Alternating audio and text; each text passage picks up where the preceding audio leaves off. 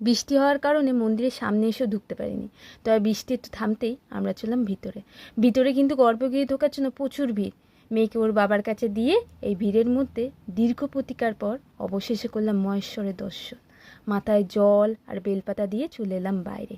এই হঠাৎ হঠাৎ বৃষ্টিতে জামাকাপড় ভিজে যায় তা পাল্টে আমরা চললাম বিন্দুবাসিনী মন্দিরের দিকে।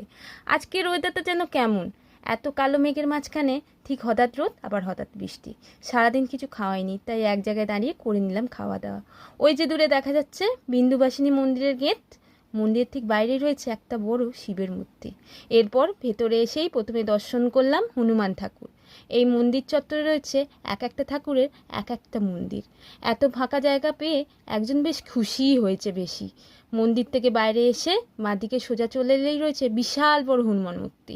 এই স্থান থেকে চারিপাশের ভিউটা খুব সুন্দর। পরন্ত বিকালে সূর্যের আলোয় স্নিগ্ধতায় ভরে গেছে চারিদিকটা।